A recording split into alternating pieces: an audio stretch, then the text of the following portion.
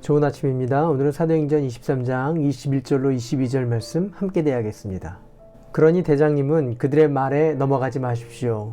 바울을 죽이기 전에 먹지도 마시지도 않겠다고 맹세한 사람이 40명 남짓 매복하여 바울을 기다리고 있습니다. 그들은 지금 준비를 다 하고 대장님에게서 승낙이 내리기만을 기다리고 있습니다. 천부장은 그 청년에게 이 정보를 내게 제공하였다는 말을 아무에게도 하지 말아라 하고 당부한 뒤에 그를 돌려보냈다. 여전히 하나님의 손길은 계속해서 바울을 지켜주십니다. 예루살렘에서 소동의 원인이 되어 붙들려 고통을 받던 밤에 바울에게 예수님은 찾아가셔서 위로하시고 격려해 주셨습니다. 그렇게 위로와 격려를 받았던 바울이 그 다음날 맞닥뜨린 현실은 그 전날 받은 약속과 위로와는 사뭇 다른 상황이었습니다. 바울을 죽이기 전까지는 먹지도 마시지도 않겠다고 하는 저주로 맹세한 사람들 40명이 바울이 나오기만을 기다리고 있었습니다.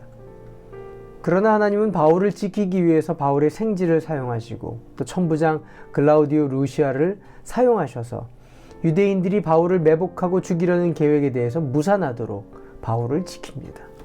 오늘 말씀을 대하면서 두 가지 우리에게 하나님의 인도하심이 있습니다. 하나는 하나님의 사람은 결코 무너지지 않는다라는 것입니다. 아무리 바울을 죽이려는 음모가 많다 할지라도 바울을 살리기 위한 하나님의 열심을 이길 수 없다라는 것입니다. 고린도 후서에 있는 말씀처럼 예수의 생명이 그 속에 있는 자들은 사방으로 우겨쌈을 당하여도 답답한 일을 당하여도 낙심하지 않고 또 박해를 당하여도 버림받지 아니하고 거꾸러짐을 당하여도 망하지 않게 됩니다. 이 은혜와 더불어 우리는 이 환경 속에서 신령한 감사를 찾아야 할 것입니다. 사도 바울에게 환난이 있다 할지라도 그것은 종이 호랑이에 불과한 것입니다. 주님을 바라보고 오히려 감사하는 것입니다. 이렇게 유대인들이 들끓어 소동을 일으키고 목숨을 위협하지만 이 모든 것은 나로 하여금 안전하게 로마로 이동할 수 있게 하신 하나님의 경륜하심이 있다라는 것입니다. 저렇게 나를 죽이려고 밤낮 먹지도 마시지도 않고 달려드는 40명이 넘는 저주로 맹세한 자들이 있다 할지라도 하나님의 열심은 그보다 더 크셔서 보호하신다라는 것입니다. 때문에 하나님을 의지할 수밖에 없습니다. 이 바울의 시퍼런 영성은 평안한 곳에서 빛을 발한 영성이 아니라 처절한 현장 가운데 전투 속에서 날카로운 비수처럼 복음을 전하도록 달구어진 영성입니다. 우리의 삶 가운데 환난과 어려움이 있습니다. 그러나 그것은 우리를 어떻게 할 수 없을 뿐만 아니라 우리로 하여금 날마다 건강한 영성을 갖게 하시고 주님 없이는 하루도 살 수 없다라는 간절한 영성을 만들어내시는 것입니다. 때문에 굳건하게 하시고 도리어 소망을 바라보게 하십니다. 흔히 매기 효과라고 합니다.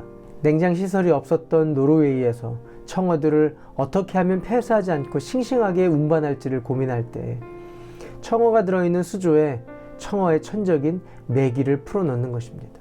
그러면 청어들은 천적인 매기를 피해서 경계하며 싱싱하게 운반될 수 있었다고 합니다. 비록 이 이야기가 사실이든 혹은 아니든 사도 바울은 영적인 세계에서 환난과 어려움을 자랑하라고 분명히 로마서 5장 이하에 얘기합니다. 우리가 환난을 당하여도 즐거워하나니 이는 환난은 인내를, 인내는 연단을, 연단은 소망을 이루는 줄을 알미로라. 하나님은 하나님의 뜻을 따라 온 힘을 다하는 백성을 하나님의 열심으로 지켜내십니다. 또한 그 성도의 삶을 경륜하시고 결국 협력하여 선을 이루도록 하나님께서 이끌어 가십니다. 그 하나님의 열심을 신뢰하며 승리하는 우리 모두 되기를 바랍니다. 기도할까요? 좋으신 하나님, 하나님의 열심을 누구도 막을 수 없습니다. 하나님이 우리를 위하시면 누구도 막을 수 없습니다. 우리 안에 복음의 열심을 품게 하시고 성령님과 동행하게 하여 주시옵소서. 예수님의 이름으로 기도합니다. 아멘. 오늘도 성령님과 동행하시는 하루 되시길 바랍니다. 화이팅!